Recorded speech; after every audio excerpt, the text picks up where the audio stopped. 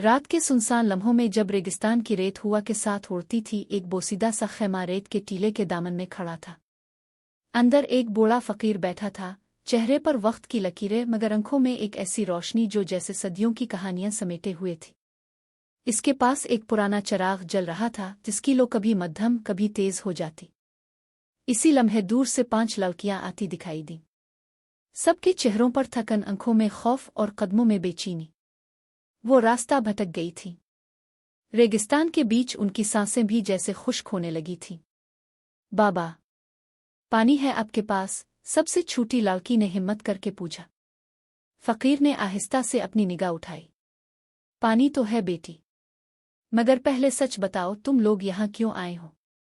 सब ने एक दूसरे की तरफ देखा।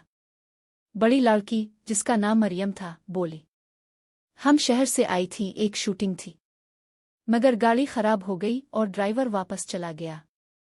फिर हम रास्ता भटक गईं। फकीर ने एक लम्हे को मुस्कराकर चराग की लो को थोड़ा सा बढ़ा दिया। कभी कभी राहें हम नहीं चुनते, राहें हमें चुनती है। ये सुनकर सब खामोश हो गईं। उनमें से एक हिनाक फकीर के करीब आकर बोली, बाबा, क्या आप हमें रास्ता दिखा सकते हैं? फकीर ने जवाब दिया, रास्ता तुम्हारे अंदर है, बाहर नहीं। मगर पहले तुम्हें अपने दिल की सच्चाई जाननी होगी। ये जुमला जैसे हुआ में ठहर गया। सब लड़कियां एक दूसरे को देखने लगे। कुछ समझ नहीं आया कि बूढ़ा आदमी कहना क्या चाहता है। रात गुजरती गई। फकीर ने उन्हें खाना दिया, खुश्क रोटी और खजूरें, मगर उसके अंदाज में एक सुकून था जो दिल को छू जाता।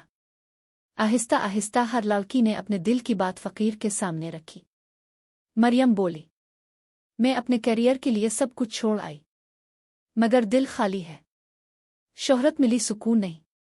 हिनाक बोली, मैंने मोहब्बत की थी मगर धोखा खाया, अब किसी पर भरोसा नहीं। तीसरी नबीला कहने लगी, मैं खुद को खूबसूरत समझती थी, मगर आईने के पीछे वाली आंखें हमेशा खाली लगती है। फकीर खामोश सुनता रहा। फिर आहिस्ता बोला, तुम सब प्यासे हो मगर पानी तलाश करती हो गलत सम्त में। मोहब्बत दरअसल वो चराग है जो तब जलता है जब दिल सच बोलता है। अचानक बाहर तेज हुआ चलने लगी। रेत का तूफान अलिफाटे। सब लड़कियां खेमे के अंदर दबक गईं। फकीर ने चराग को मजबूती से पकड़ लिया। इसकी आवाज गूंजी, ये रेगिस्तान तुम्हारे खौफ की तरह है। अगर डर गईं तो ये तुम्हें निगल लेगा, अगर यकीन रखा तो रास्ता खुद सामने आ जाएगा। तूफान थमा तो फिजा बदल चुकी थी।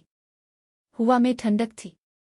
बाहर निकलें तो सामने एक नया मंजर था, जैसे सुबह का सूरज उनके लिए तुलू हुआ हो। लेकिन जब मरियम ने पलट कर देखा, फकीर वहां नहीं था। खैमा खाली था, सिर्फ वो पुराना चराग जल रहा था। हिनाक ने आहिस्ता से कहा, क्या वो ख्वाब था? मरियम ने चराग को हाथ में लिया। चराग के नीचे एक छोटी सी चिट्ठी रखी थी। जब दिल मोहब्बत से लबरेज हो तो हर रेगिस्तान बाग बन जाता है। सब खामोश थीं, मगर आंखों में आंसू और मुस्कुराहट साथ थी।